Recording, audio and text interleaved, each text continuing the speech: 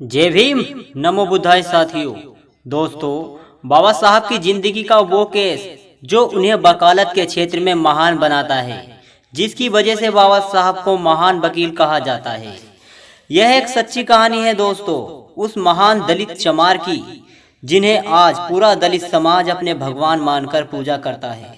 तो मित्रों, वीडियो को पूरा देखिएगा। दोस्तों, जब बाबा साहब लंदन से वकील बनकर यानी कि बैरिस्टर बनकर वापस आए और जब उन्होंने कोर्ट के अंदर, कचहरी के अंदर कदम रखा, तो जितने भी कोर्ट के अंदर वकील थे, सब ने उन्हें देखकर पहचान लिया था कि ये तो वही है जो महार जाति का व्यक्ति है और ये आज काला कोट पहनकर कचहरी के अंदर आ गया है।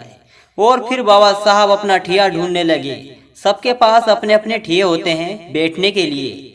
जब अम्बेडकर को कोई ठिया नहीं मिला, तो जो दूसरे वकील थे, उन्होंने बाबा साहब की ओर देखते हुए अम्बेडकर की ओर चिड़चिड़ाते मारते हुए कहा, अरे ओ बैरिस्टर, तुम बहुत पढ़े लिखे विद्वान हो, तुम्हें क्या जरूरत है कचहरी के अंदर ठिया लगाने की? तुम तो बाहर भी कहीं ठिया लगा लोगे तो तुम्हारी दुकान चल जाएगी। लेकिन बाबा साहब ने उनकी बातों का बुरा नहीं माना, उनकी बातों को गलत नहीं समझा और बाबा साहब मुस्कुराते हुए बोले, तुमने ठीक कहा। और फिर बाबा साहब कचहरी के बाहर एक जगह जाकर अपना ठिया जमा लिया। साफ सफाई कर कर वहाँ बाबा साहब बैठ गए और फिर बाबा साहब के पास छोटे मोटे केस आने लगे। रोजी रोटी चलती रही, हल्का फुल्का बिजनेस बढ़ा, कारोबार बढ़ा। और उसी दौरान एक सेठ और सेठानी का एक इकलौता बेटा था और उसको फांसी की सजा बोली गई थी। वो सेठ और सेठानी पूरी मुंबई में ऐसा कोई वकील नहीं छोड़ा जिसके पास ना घूमे। जिसके पास भी जाते, जिसको वो फाइल दिखाते अपने बच्चे की, वो मना कर देता कि तुम्हारा बच्चा नहीं बच पाएगा। फिर वो सेठ पूरी मुंबई घूमता घूमता उसी कचहरी के अंदर पहुंचा जिस कचहरी के बाहर बाबा साहब बैठे हुए थे। और जब उस कचहरी के अंदर उस सेठ ने अपने बच्चे की फाइल को दिखाया, तो किसी भी वकील ने उसकी फाइल लेने से मना कर दिया कि इसमें कुछ नहीं हो सकता, तुम्हारे बच्चे को कोई नहीं बचा सकता। उसके बाद सभी वकीलों ने बाबा साहब को चिढ़ाते हुए कहा, अरे सेठ, तुम्हारा केस तो वो लड़ेगा जो वहाँ बाहर बैठा हुआ है महार जाति का व्यक्ति। वो बहुत विद्वान है, वो पढ़ लिख कर आया है। वो बाबा साहब को चिढ़ा रहे थे, हमारे मसीहा को चिढ़ा रहे थे। और फिर जब सेठ ने सुना, तो सेठ वहीं पहुंचा जहां बाबा साहब बैठे हुए थे। और फिर सेठ बाबा जी के पैरों में लौट गया और बोला, हे बैरिस्टर, ये बाबा साहब, मेरे बच्चे को बचा लो। तो बाबा साहब ने बोला, सेठ उठो, मैं क्या कर सकता हूँ, मैं क्या मदद करूँगा।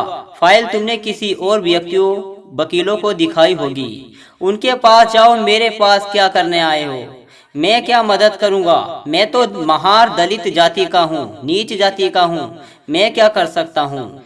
फिर सेठ ने बाबा साहब की शक्ल देखकर बोले कि नहीं, अगर मेरे बच्चे को कोई बचा सकता है तो वो आप बचा सकते हो, वरना पूरी दुनिया की ताकत नहीं बचा सकती। ये मैं आपका चेहरा पढ़कर बता रहा हूँ। अगर आज मेरे बेटे को फांसी लग गई तो उसकी माँ उसकी याद में मर जाएगी। मेरे घर से 2 लाशें निकलेंगी बाबा साहब, 2 लाशें। यह बात सुनकर बाबा साहब को उनके बचपन की एक बात याद आ गई, जिसे उनकी माता भीमाबाई ने कहा था, हे भीमा, अगर कभी जरूरत पड़े कि किसी निर्दोष की जान बचाने के लिए, किसी के पूत की जान बचाने के लिए, अगर किसी अच्छे काम के लिए झूठ बोलना पड़े तो संकोच मत करना भीमा। फिर बाबा साहब ने कहा कि सेठ, तुमने ये फाइल किसी और को दिखाई? फिर सेठ बोला, ये फाइल मैंने सभी जगह दिखाई। इस फाइल पर मैंने इतना पैसा खर्च किया जो कोई दूसरा व्यक्ति नहीं कर सकता। आप बाबा साहब, मेरे बच्चे को बचा लो।